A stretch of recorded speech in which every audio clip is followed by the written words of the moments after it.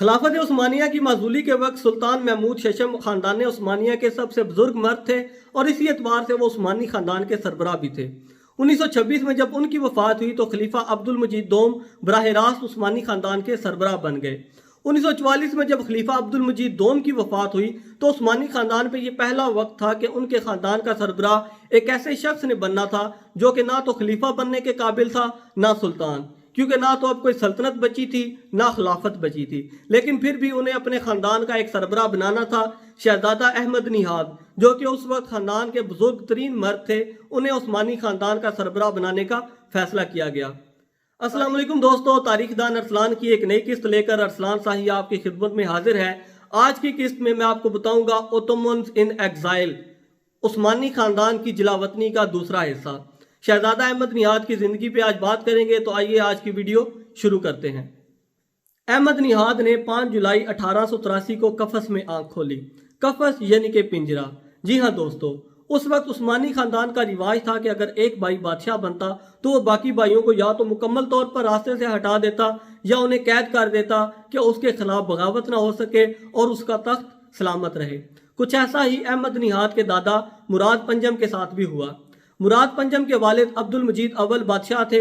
उनकी वफात के बाद मुराद पंजम के चचा जो कि उस्मानी खानदान के बुजुर्ग तरीन मर्द थे वो बादशाह बने, लेकिन अब्दुल अजीज ने यह कानून तब्दील करने की कोशिश की कि बुजुर्ग तरीन इंसान खलीफा बनेगा और उनकी कोशिश थी कि उनकी वफात के बाद उनका बेटा बादशाह बने, लेकिन मुराद पंजम ने अपने चचा के खिलाफ बगावत कर दी। यह बगावत कामयाब हो गई और वो अपने चचा को तख्त से हटाने में कामयाब हो गए, लेकिन सिर्फ 93 ही दिन बाद मुराद पंजम के अपने भाई अब्दुल हमीद ने उनके खिलाफ बगावत कर दी और वो भी उनको तख्त से हटाने में कामयाब हो गए और उन्हें एक महल में कैद कर दिया। जिस महल में शाही खानदान को कैद किया जाता था उसे कफस कहा जाता था। अब नाए बॉस्फोरस के किनारे वाक़या ये चिरागा महल एक ऐसा ही कफस था जिसमें सुल्तान मुराद पंजम अपने बीवी बच्चों समेत कैद थे। उन्हीं बच्चों में से एक बेटे शहजादा महमूद सलाहुद्दीन के यहाँ शहजादा अहमद निहाद की पैदाइश हुई। अहमद निहाद ने अपना बचपन और जवानी के इब्तदाई साल कैद में ही गुजारे। 1904 में जब सुल्तान मुराद की वफात हुई तो उसके बाद ही उनके सारे खानदान को कैद से निकलना नसीब हुआ। रिहा होने के बाद अहमद निहाद ने फौजी तालीम हासिल करना शुरू की। इसके अलावा दीगर उलूम की तालीम उन्होंने मशहूर तुर्क शायरा निगार खानम के बेटे फरीदून से हासिल की। अहमद निहाद की पहली शादी सफीरा खानम नामी शहजादी के साथ 1902 में चिरागा महल की कैद के दौरान ही हो गई थी, जिससे एक बेटा अली वासिफ पैदा हुआ जो कि बाद में उस्मानी खानदान का सरबराह भी बना। इसके अलावा अहमद निहाद ने 2 शादियां और की, लेकिन उनमें से उनकी कोई औलाद ना हुई। 1918 में अहमद निहाद उस्मानी फौज में कर्नल के ओहदे पर फायज हुए।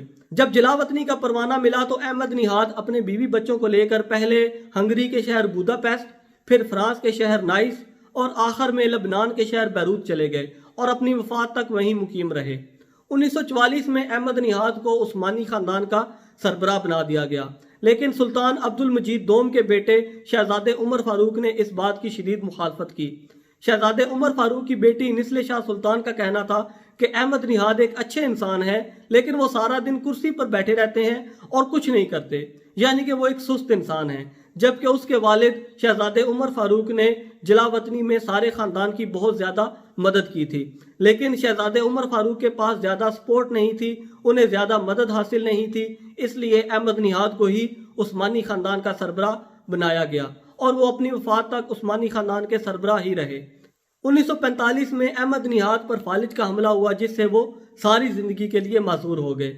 अपनी जिंदगी के आखिरी अयाम उन्होंने सादा से घर के छोटे से कमरे में गुजार दिए और कमरे की दीवार पर लटका तुर्की का झंडा वो वाहिद चीज था जो कि कमरे की सजावट के लिए इस्तेमाल किया गया था।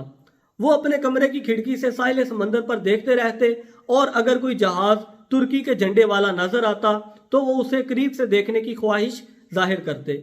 शायद उन्हें उम्मीद थी कि तुर्की के झंडे वाला कोई जहाज आएगा और उन्हें वापस तुर्की ले जाएगा, लेकिन बकौल गालिब हजारों ख्वाहिशें ऐसी कि हर ख्वाहिश पे दम निकले।